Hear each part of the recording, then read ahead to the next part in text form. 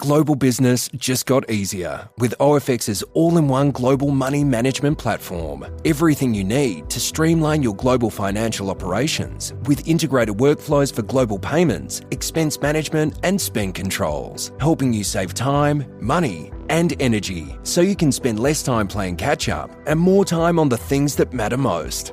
OFX. Moving and managing money globally. Learn more at ofx.com/business. Please review our PDS and TMD available at ofx.com. Jazzcast Pros.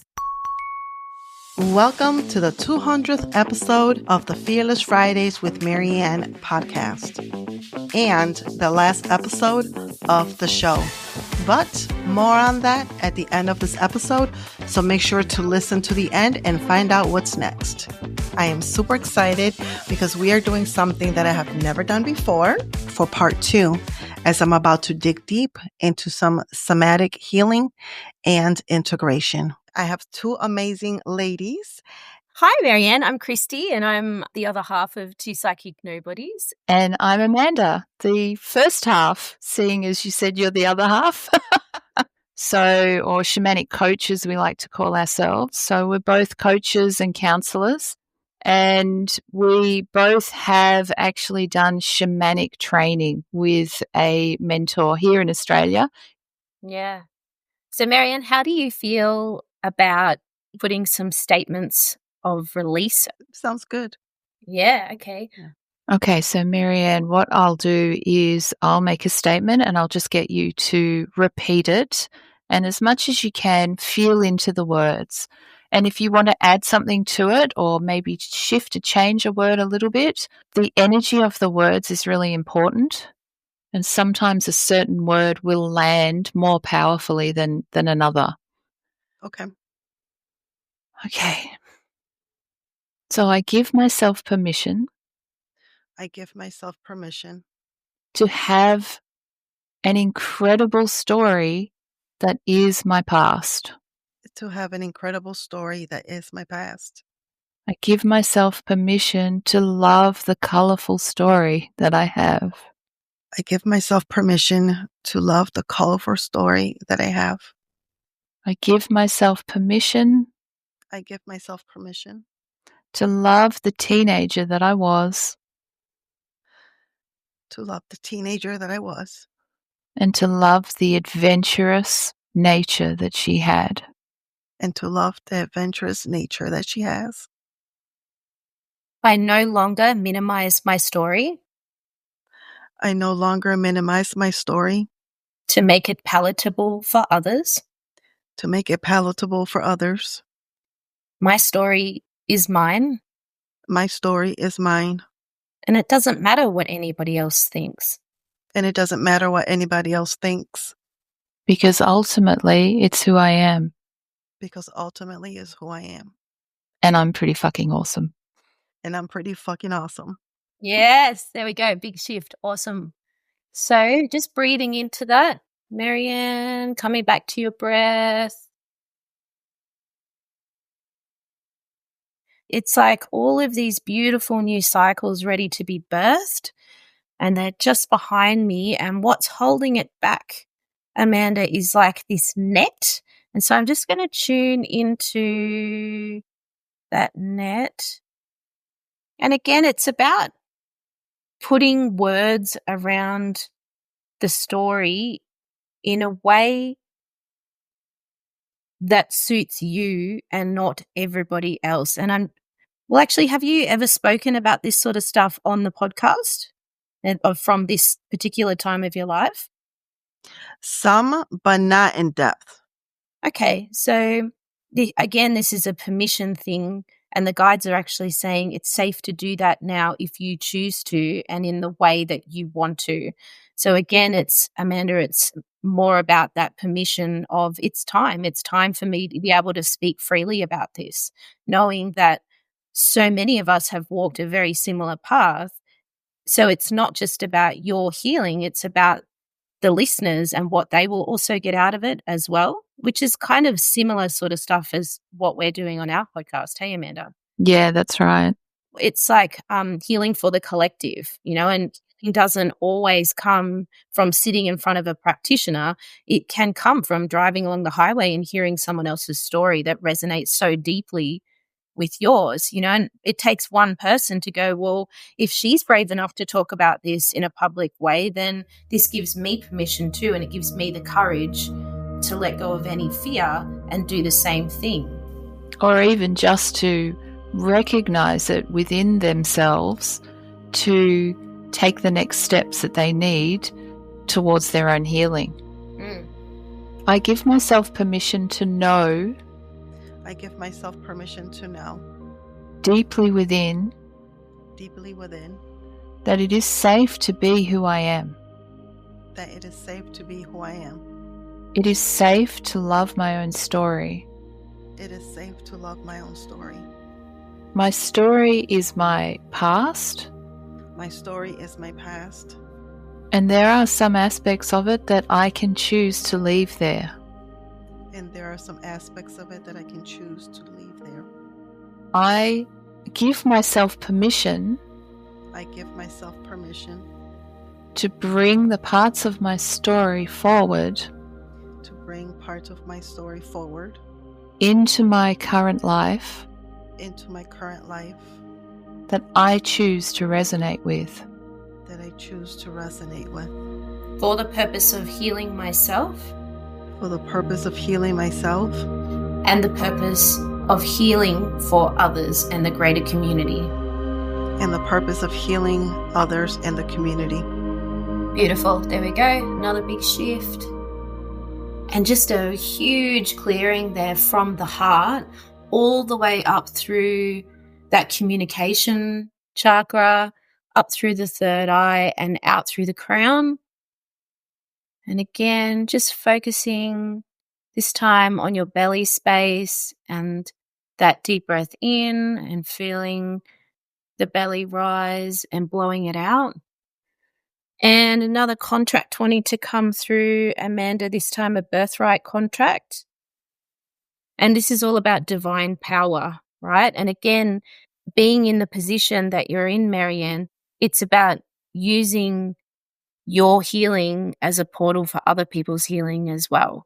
So, Amanda, if I feel into that, so there's a future life now dropping in, and she's giving you the thumbs up to do this. The time is right now to speak your truth about the past.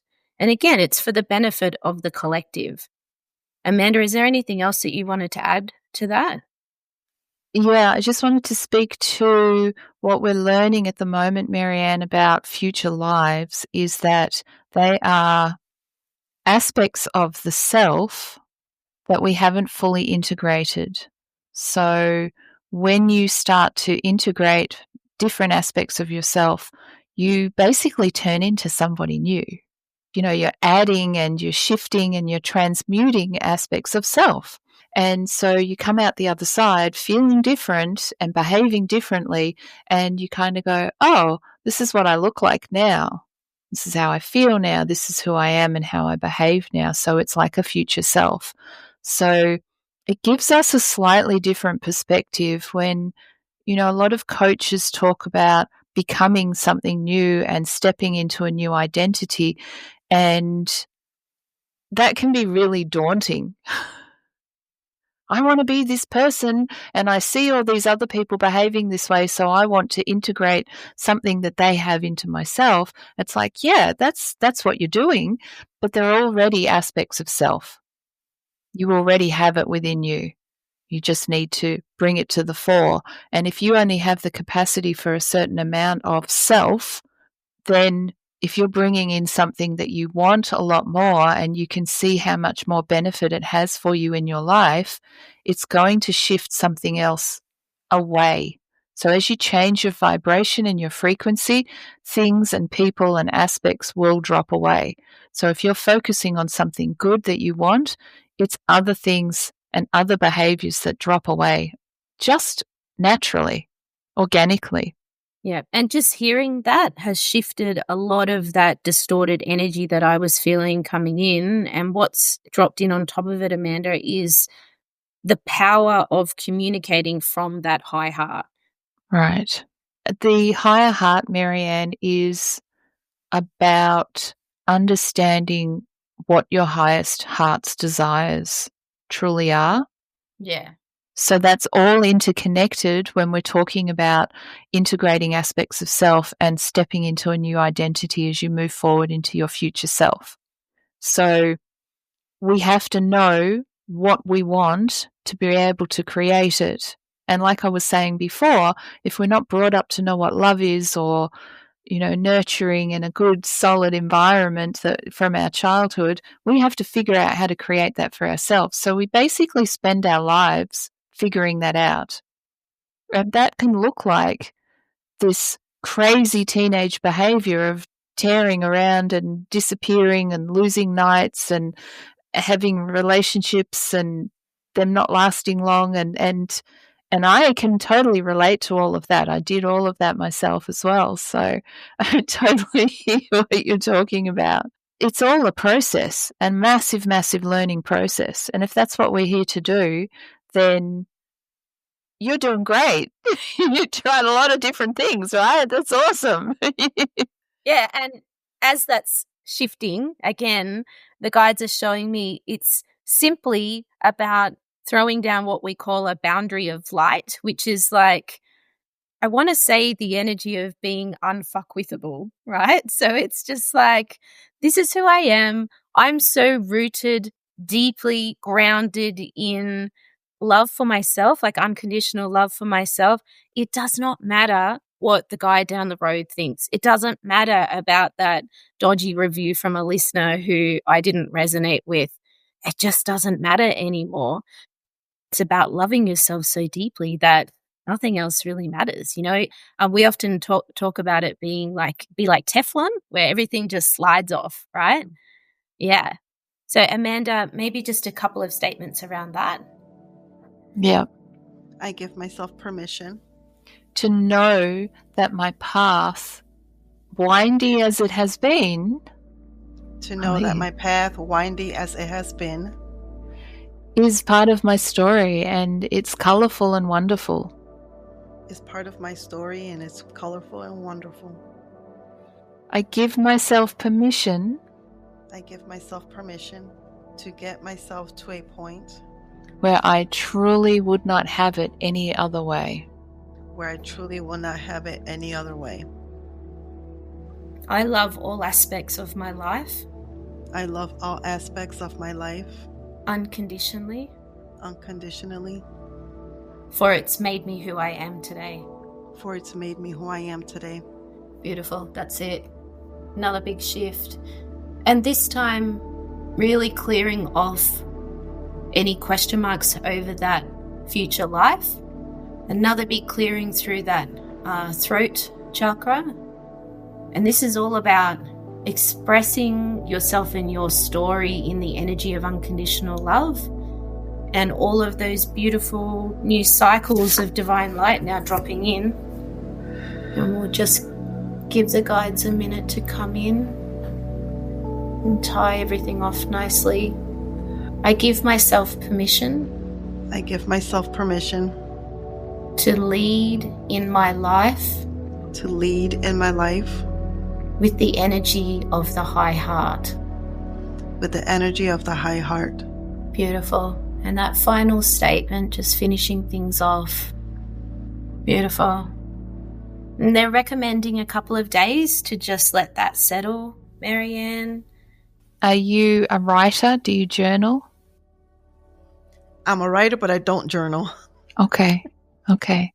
Because what I'm getting is that it could be of some benefit for you to start to just jot down ideas about things that you want, what you want your environment to look like, relationships with people, just things as they pop into your mind. And if you feel like, if you have a morning routine, sometimes it's nice to, literally 5 minutes is enough. You might end up finding that once you get into the flow, it lasts longer. And that's kind of what we're looking for. It's just about tapping into that flow and that energy of a flow state. Yeah. And that flow state then fueling this visualization of these things happening in your life. And the guides are just saying it's that divine knowing of, girl, you got this. Like, nothing can throw you off path now because you know your worth and you know that, whatever it is that you've got to do, like, look what you've already been through. Do you know what I mean? The other thing they're recommending is hydration. So lots of water and lots of herbal tea. And what that does is, you're laughing, it just helps flush the physical body out because we can shift the energy, but, the 3D body, it just takes that little bit longer to kind of purge everything. Do you get out in nature very often? It's always been a desire, but I don't do it. Yeah. Well, do it. Touch grass, as my teenagers would say. Yeah. Yeah. And it's interesting because things that I've always, like when I picture my perfect life, or, we know nothing is perfect, but my ideal life, I always talk about that I have a journaling routine, that I'm drinking more water, and that I'm walking out in nature, that I'm being out in nature. And these are the things that I have to start working on. Oh, there you go. And to echo what we said before, that you are unfuckwithable as well. That's so great. That's so great. June is the perfect time to pause, reflect, and reset. The halfway mark is the opportunity to see how far you've come, what you've accomplished, and what's working and not working. This is why we are bringing you the From Stuck to Soaring webinar, the blueprint for a fearless and fulfilling life. Join us on June 17th as I share the 5 pillars to move you from being stuck to soaring. This webinar is for the woman who's ready to reclaim her power, build confidence, and step boldly into the life she deserves and desires. Head over to the show notes for the link to register today and start living a soaring life. This week on Elevating Enterprise, you'll learn why DEI must evolve but not disappear. How small businesses, especially MWBEs, can tap into government contracts and funding. So whether you're building a team, applying for state contracts, or trying to lead with impact, this episode will help you make smart moves. I'm RJ Williams. And I'm Jazzy T. And our mission is to connect you to industry gatekeepers and open doors that will elevate your small business. I love that. So one of the things that Amanda had talked about was shifting the vibration. So how does that work, and what does that look like? Do you know of the levels of consciousness? Not really. It's called the Hawkins levels of consciousness, and he draws it like a big funnel or a cylinder, and he has different colors and different levels of vibration that go with different emotions.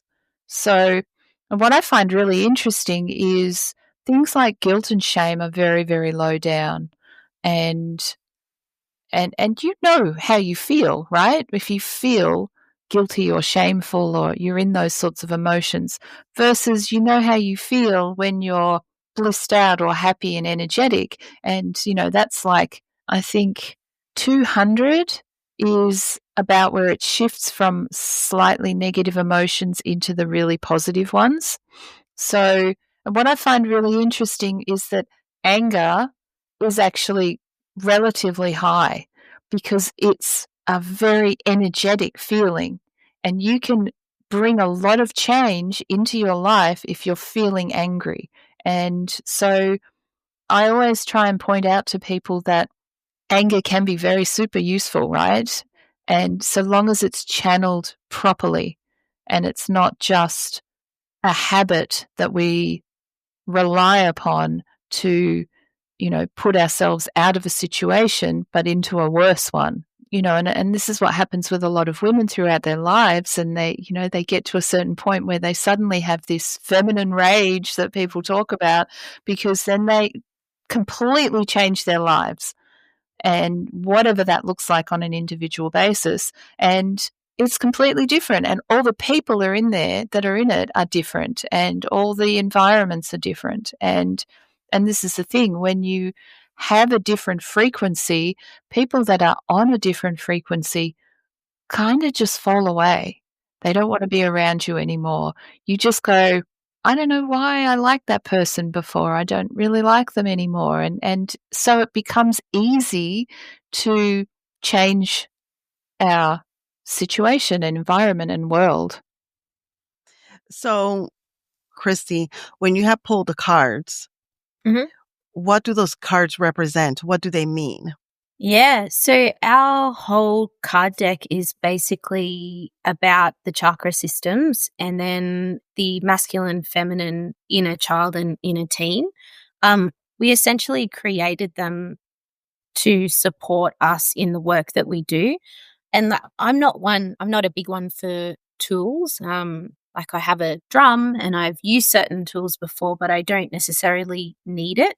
But this just seemed like a really lovely add-on for both of us. And because when we started working together, we were working very closely with each other and with each other's story. Sometimes you come across something that is so up in your face and so like close to your nose that it's hard to get a reading on unless you're super, super intuitively, tapped in. And so these just make it that little bit easier to see what is actually there and what it's connected into. And sometimes also a different, like an alternative pathway to get in and kind of pull the threads out. Is that fair to say that, Amanda? Yeah, that's right. I often find the cards come in as like a confirmation. Yeah. So we will be having a conversation, we'll get to a certain point, and one of us will be like, oh, just pull some cards. Like we kind of get a little bit not stuck, but just, a little bit like going around in circles. And then we'd be like, oh, of course, yes, that makes total sense, and so it gives us confirmation and then just gives us that one next step and then gets us back onto the flow of what we're talking about and what we're downloading. Okay. One other thing, I came across this show on Netflix and I had told Jazz about it. It's called Another Life. I've watched a little bit of it. I've just started it. Oh, okay. So that was a show that kind of, number one, I binged the first season. And when I was telling Jazz about it, I completely, I forgot the name of the show. So I went back to Netflix and I was like, there's a whole season 2. So I binged that in 2 days. I watched the whole second season, but I was intrigued by the whole thing about, ancestral healing. Yeah. And so can you talk a little bit about that? What is it? What does it look like? And is it something that we should be tapping into? Oh my God, so much yes. There's been a study done with mice where they gave the mice like a perfume. So they exposed them to a certain smell. And at the same time, they did something horrible to them, like they shocked them or whatever they did, right? They did that to the point where every time they just smelled that scent, they would go into fright and fear and that kind of response. So they didn't need to be shocked anymore to have that reaction. Then they had babies and their babies had the same reaction to that scent. And then they had babies. So it went down, I think, 3, maybe 4 generations before the babies, without being shocked, were starting to not have the reaction. So they are actually born. So it's carried in our DNA out of a smell that you need to be afraid of a certain thing. So if that doesn't tell us how important healing our ancestry is, then I don't know what does, it really spells it out. Yeah. And I think too, in this work, we are all things, and if everything in my life is a reflection, then do you know what I mean? I'm carrying everything in the present moment that is unhealed, that is behind me, that my ancestors are carrying to some degree, and it might be something little or it might be something huge that I just haven't opened my eyes to yet, that I'll come up against. But yeah, I think when we meet each other, we're not just meeting each other, we're meeting, all the trauma, all the unfinished history. Like it's like, if you can imagine two people standing in front of each other, just layers and layers and layers of energy it's incredible. This sort of stuff Amanda and I could talk about for a long time. Yeah, it's important. Like it's super important, because the body carries it all. And like we spoke about earlier, the body will bring it to your attention, Right. Yeah. And that's interesting because one of the things I talk about when I, do speaking engagements and workshops is that my opinion, but it seems to be a fact, that fear comes to us by one of three ways, either by something that actually happened to you, by things that we see on social media or see on the news and things like that, or it was passed down to us. Yeah. So collective fear or ancestral fear. Yeah. Or, situation. Individual. Yeah. Yeah. Love that. Amazing. Yeah. And one of the things that I have been talking to Jazz about is, again, because I talk a lot about healing the inner child and things like that. And I am actually going to be changing the name of the podcast in June to Healing Her Within. Nice. And I just love, it's like everything is just making sense, as we talk and things like that. And, to Kristy's point, when you said it's kind of like, I think you said the future Maryann is, is like unfuckable. And it's because I've always been afraid of what people are going to think and say, especially in my family, because I was raised in a very legalistic household. And things like that, you don't wear pants, you don't wear makeup, you don't wear jewelry unless it's just your wedding ring, and things like that. And I've always, even as a teenager, it's like things just really didn't make a lot of sense to me. So I experimented with, different religions because I wanted to find things out for myself. And, I had a conversation with a friend that this is something that I feel like I'm being pulled towards it because it just keeps coming up. And of course, one of the things that she said is, be careful, how far you go into it and things like that. And it's like, but what is the real fear? It's because when, in the Bible, they talk about, things that happened, in psychics and incense and, perfumes and essential oils and things like that. And I think that one of the things is like, if we put a negative, spin on things, then it's negative. Yeah. But if we have a full understanding of it, I think it's different. Yeah. And sometimes that fear is actually a fear of your own power. And imagine being so powerful, like we talked about before, that nothing anybody said or did or like anything, you just were on the path and doing what you needed to do, which is essentially what we're here to that's our job, right? Right. Yeah. Anything else that you ladies would like to share before we start wrapping up? We do need to cut because we're still energetically connected to, so that would be a really good thing. So if I just encourage you to lock your fingers together like that and just from the back of the neck over the top of the head. Cut. And just cut. Beautiful. It's just a physical representation of letting go of the energy of connection. We have a website, so if people wanted to book sessions with us, they can. Yeah, and we're actually putting together a 3-month coaching program, I suppose you could call it. So it includes healings, group coaching, but also one-on-one healings and integration. So it allows us to do the work similarly to what we've done with you today, but on a much, much deeper level, and then to support clients all the way through 3 months of integration. So we've got that, that buoyancy to allow people to keep that state going so that they can practice being on that level so it becomes the habit. So we're bringing in the better habits and allowing the older ones to just fall away. Now make sure to capture all of that and put that in the show notes. So a question that I like to ask all of my guests is, because you are on the Fearless Fridays podcast, how are you living a fearless life? Well, doing this is a bit fearless for us, for me anyway, like, and having our own podcast. Sometimes I kind of pinch, like, we're actually doing it, like we're about to hand over our fourth episode.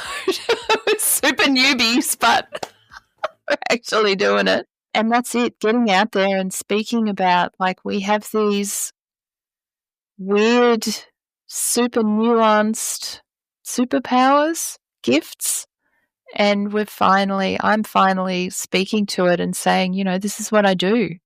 It's weird, but it's amazing, and the feedback we get from clients is just next level at the moment. So, yeah, I've had to really step into a level of fearlessness to be able to speak to this.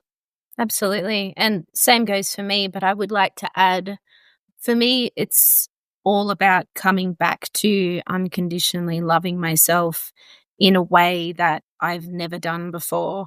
And when I look back, everything, like, there is like big neon flashing signs behind me going, love yourself, love yourself. And it is the most, the biggest thing that I can do for myself. And realizing that it doesn't always mean rainbows and unicorns, that sometimes it's doing the hard thing, and sometimes it's letting someone go out of your life that you thought was going to be there forever.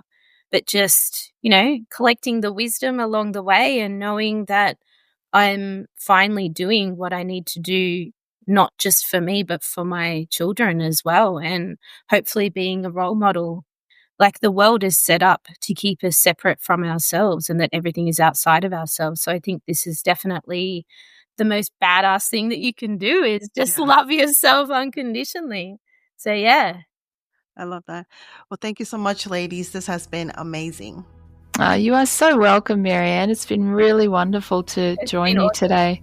Awesome. Thank you so much. Yeah. Thanks, Maryann.